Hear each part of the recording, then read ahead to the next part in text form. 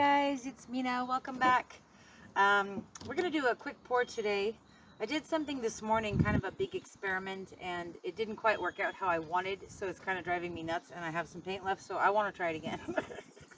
So my colors today that I was using this morning, this one is Anthraquinone Blue from Golden's, leaving a mound on a mound. My paint is mixed with Liquitex Gloss Medium and Varnish paint and some Floetrol. This one is Permanent Deep Violet from Golden's, also leaving a mound on a mound. Okay, this one's DecoArt Americana Decor Metallics in 24 karat gold. Sorry about the trucks backing up. This one is DecoArt Americana Decor Satin Enamels in pure white. Just Satin Enamels. I didn't put any artist loft in this one. So, and then last but not least, this one was Cobalt Violet, but then I added a little bit of gold to it, and then I added a little bit of pink Tourmaline left, so I added that to it. So it's kind of a mishmash. It's sort of a magenta-ish, metallic-y magenta color. Let's go with that. So I have a 20 by 20 gallery wrapped canvas here. I'm going to move that out of the way for a second. Let's fill our cup.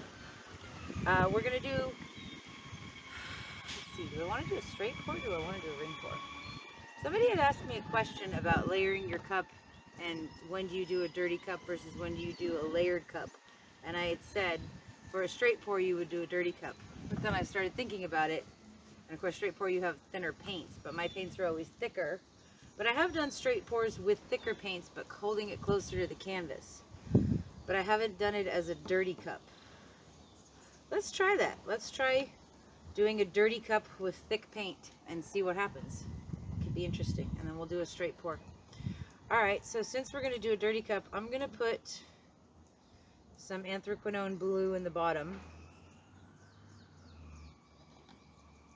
And I'm pretty sure it's going to darken up. It just got lighter because of the Floetrol. Then I'm going to put some Permanent Violet in. So we're doing a dirty cup. I'm not layering it carefully down the side. I'm going to put some gold. And I'm not pouring it. I want to pour it from kind of up high because I want the colors to sink. I'm going to put some of our white. Some Cobalt Violet. Back to the Anthraquinone Blue.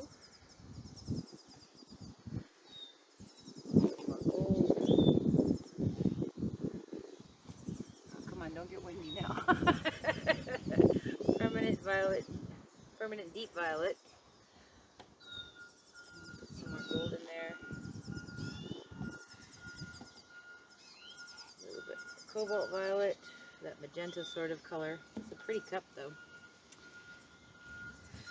Okay, let's put one more shot of white in there. Okay, now it's really full.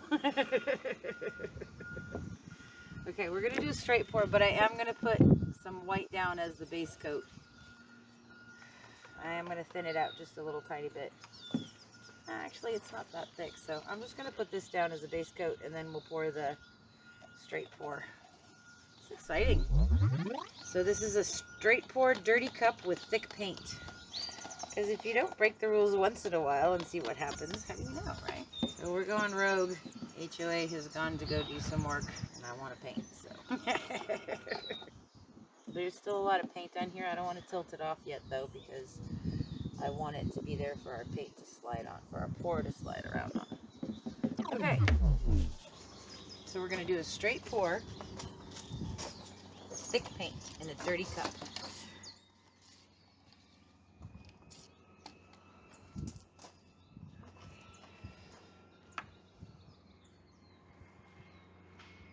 Pretty that is with all those cells coming up already, and that's from pouring the paint up high.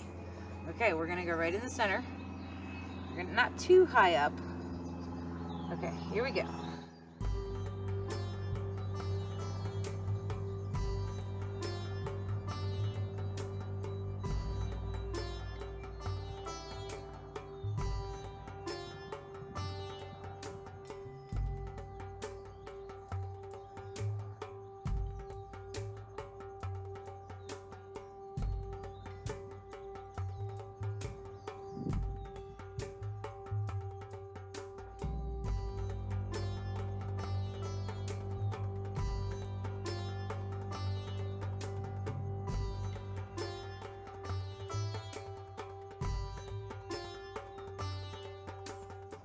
that's pretty cool.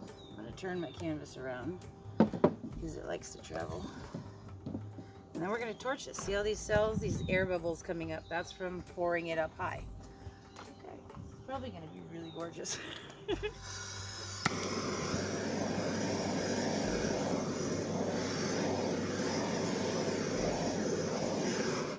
Okay, popped our air bubbles.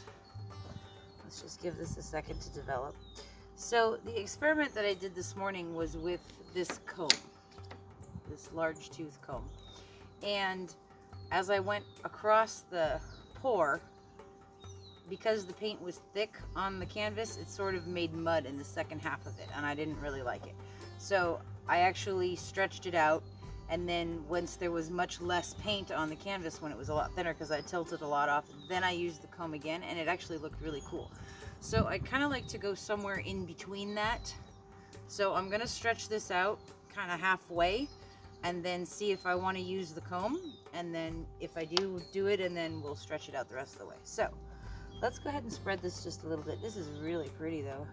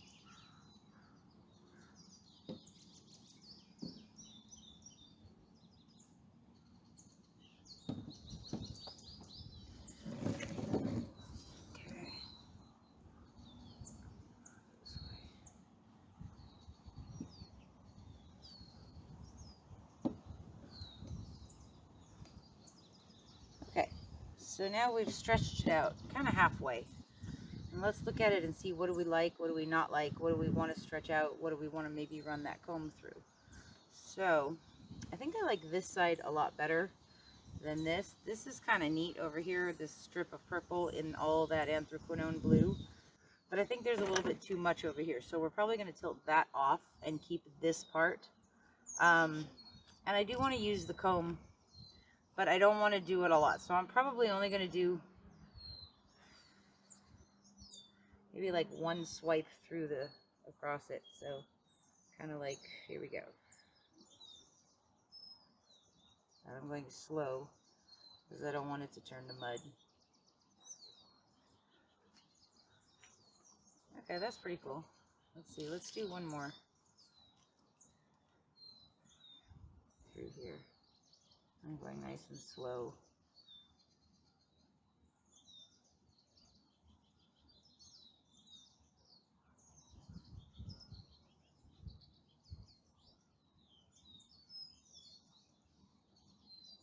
That's cool. Okay. Let's see.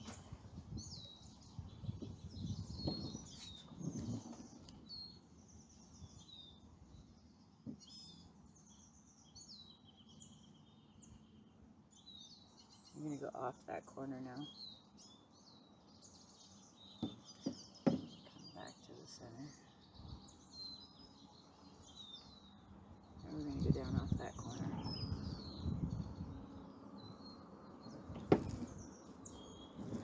Come back to the middle again. There, it's starting to stretch those lines out a bit. That's cool. We're going to go off that edge. I kind of want to take more of that off. Open this up a bit.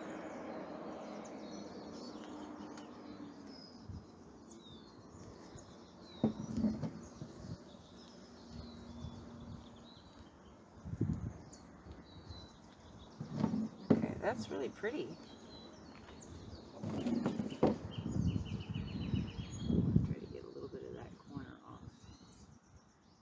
so it's not a straight band all the way across, but it's more going diagonal.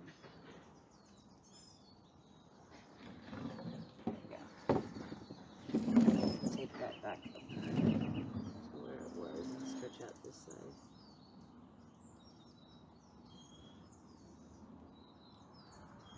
That's cool, I like it.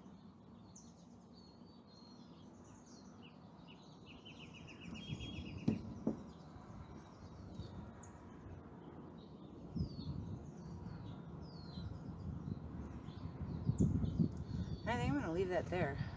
That's really pretty. So,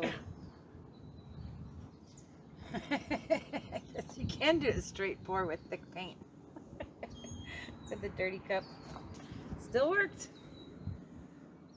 So, this was fun. This was a good experiment. I like it. And I like that I figured a few things out about using the comb.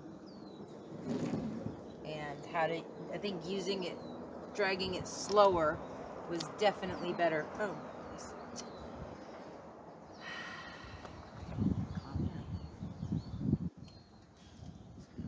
Left in here over this. So I just dragged my finger through it.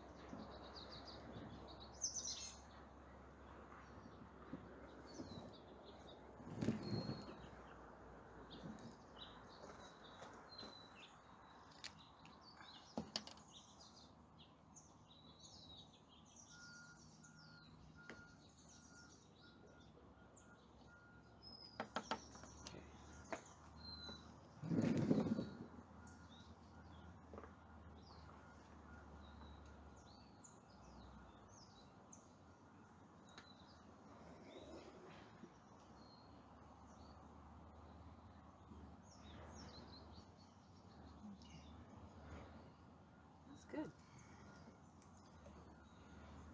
So that's pretty neat. I love these little cells that are popping up in here too. Should we torch it again? Let's torch it one more time. And so now these cells are popping up as a result of surface tension because we've tilted a lot of it off, and what's left is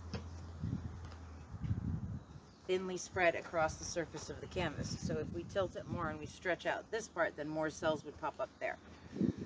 So, but let's give it a quick torch. There might be some air bubbles in there.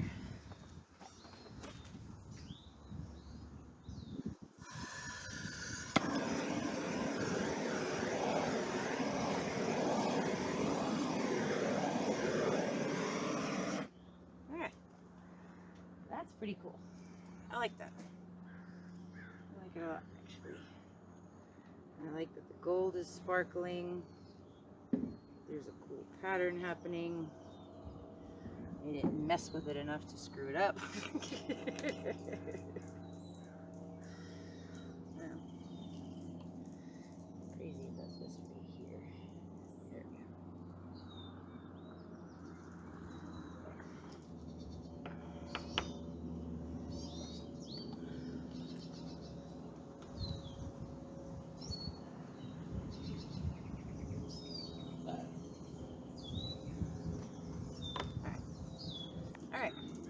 So that's it for this one. I will show you this one when it's dry.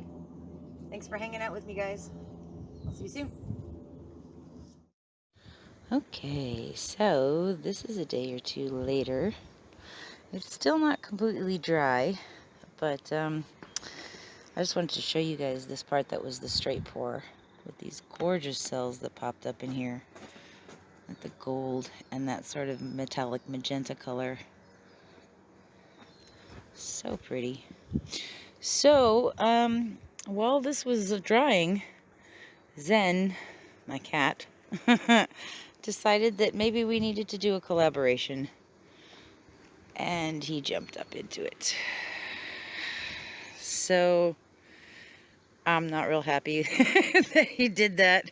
I don't know why he did that. He never usually does that. But, so this is our Zen collab, I guess. But anyways, I mean, the point of this whole painting was to check to see if we could get the results of a straight pour with thicker paint. And I would say confidently that we have. I love, love, love this part. It's just beautiful. That violet, all the different violets that we used with the Prussian blue. So pretty, and those gorgeous cells popping through there. And this is that part from the comb. You can see the detail is so pretty. And then we have the collaboration. This part was beautiful in here. Really, really nice.